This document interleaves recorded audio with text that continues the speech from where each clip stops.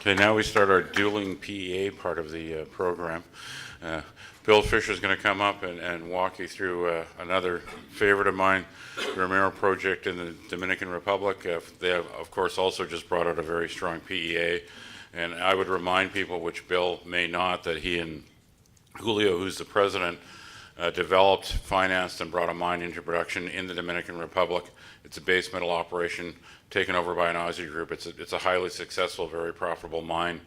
I've heard questions from people that don't know the DR that well about it as, the DR as being a destination for mining. But, in this case, you're dealing with a couple of guys that have actually literally put one of these things in production, and it's operating great, and they're just going to try to do it again. So tell us how. I'll show you. There you go. I love the idea of having two tropical islands next to each other, didn't you? I mean, you don't usually get a place like Norilsk or something, isn't it? I'm going to make sure I can operate this thing. Anyway, thanks for coming, everybody. Thanks for the invitation from the organisers of a very successful day, I believe it's going to be.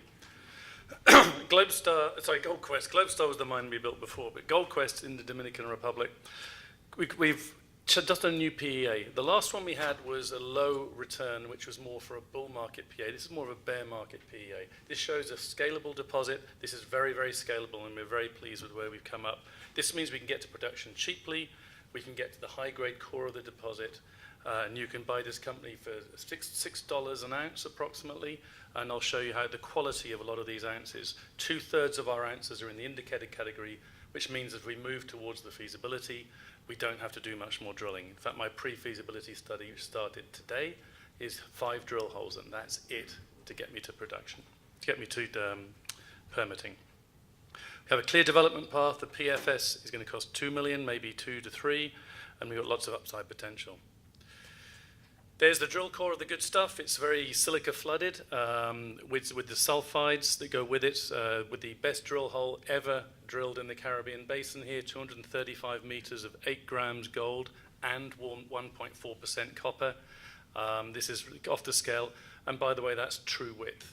That's the width of this deposit. So the bulk mining, underground mining technique of a 200-meter deposit is going to mean our mining costs are quite compelling.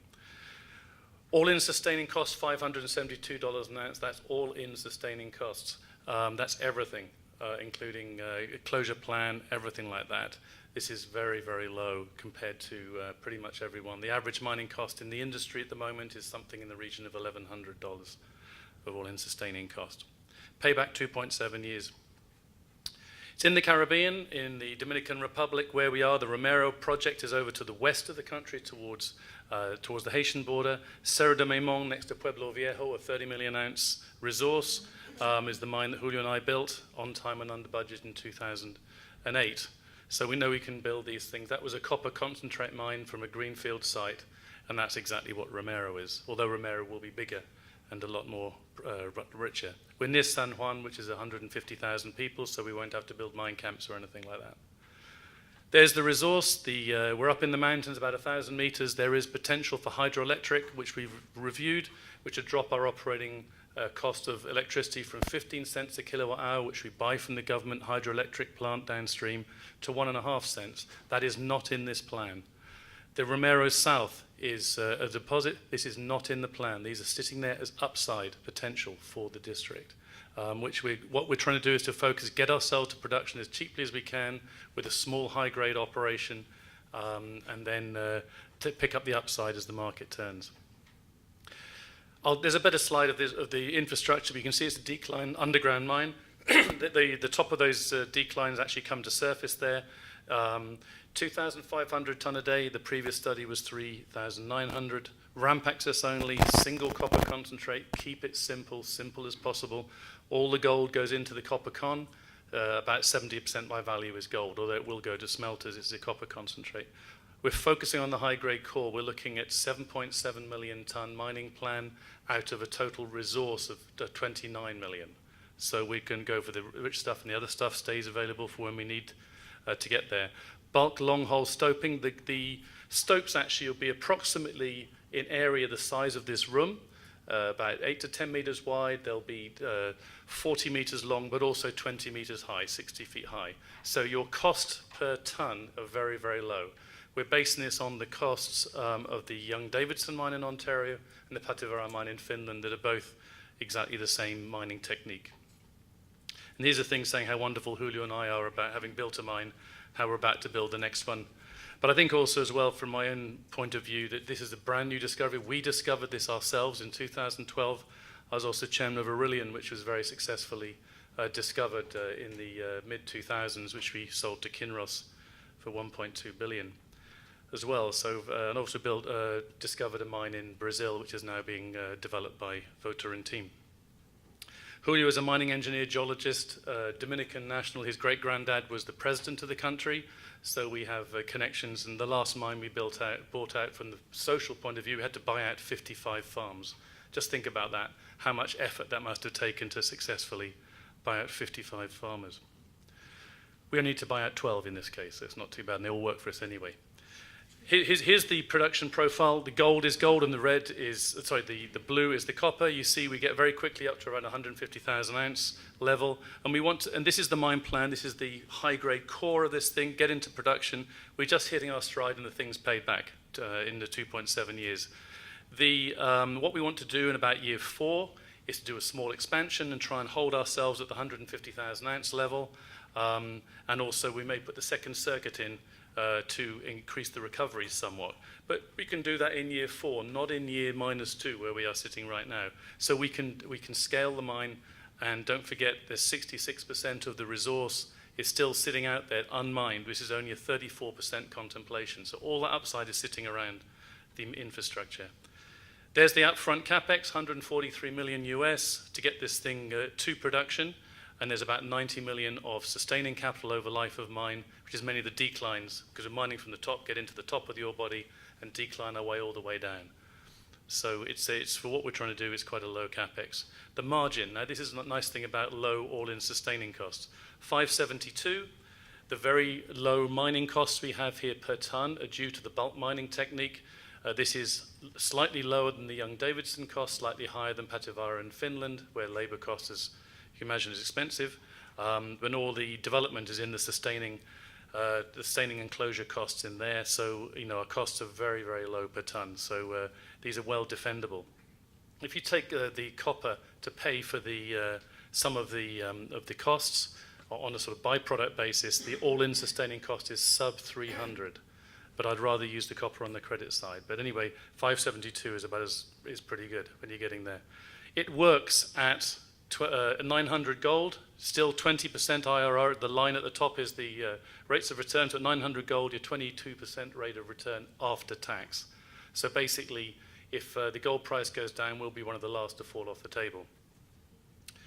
We know what to do. That was the time frame we took to go to the Dominican to get the Serra de Memon mine built from a greenfield site. Here we go. We're at the PEA point right now. This document will be the one that will get us the mining permit. Then we need the environmental permit, which will be a pre-feasibility study level of disclosure. Then we start the 12-month permitting process. That will be, I hope, finished by about November. So we're accelerating very fast to get this thing done. So this is this time frame. We should be able to achieve 2019 comfortably. This is actually an extra year on the time we took at Serra de Memon, so we could be well in 2018. Where's the potential? We're only using 34% of the resource. There's the grade, 5.4 grams underground bulk mining grade, which is very good. Young-Davidson is running at 2.65 grams per ton. All this resource is surrounding it. This is what we will go for if we get any love in the market and the gold price goes up, or we amortize, which of course we will. We'll be able to get a lot of that. And again, even more, Romero South and the inferred resource. We also have the whole belt here. If you look in the south part of the deposit, you see the belt here, it's 50 kilometers long. You see where Precipitate and Ginger Ridge made a discovery last year. So we have the Romero discoveries. We did the first airborne survey ever of the whole district, end to end, in last year. What you see there in the geophysics is probably the world's largest IP geophysical program of the last 3 or 4 years in the world, looking for more Romeros. And we found big systems. La Bestia and Imperial systems are way bigger than Romero, but we haven't found the high-grade core yet. They found the big cloud of pyrite surrounding, which surrounds Romero. So hopefully we find some more in the district. It's 50 kilometers long. Chances are we have a mining district here. So how do we stack up? On the capital front, we're right where we should be. That's the right amount of capital deployed for the amount of ounces produced. Very few 30% IRR, and even fewer ones at 50 or 60% IRR. But that's great, but there's not that many of them. We have the capital payback period sub 3 years, which is the right part of the market to be in.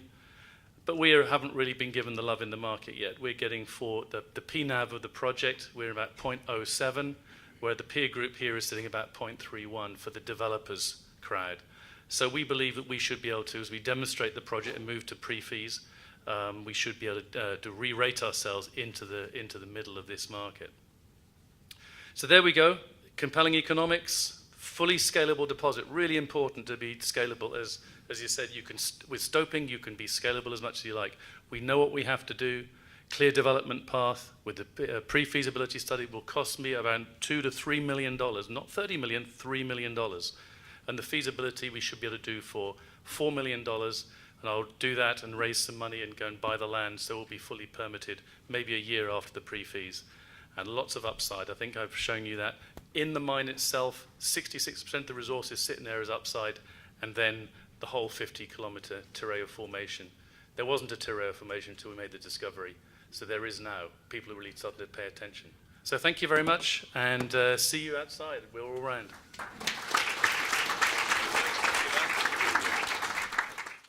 Thank you.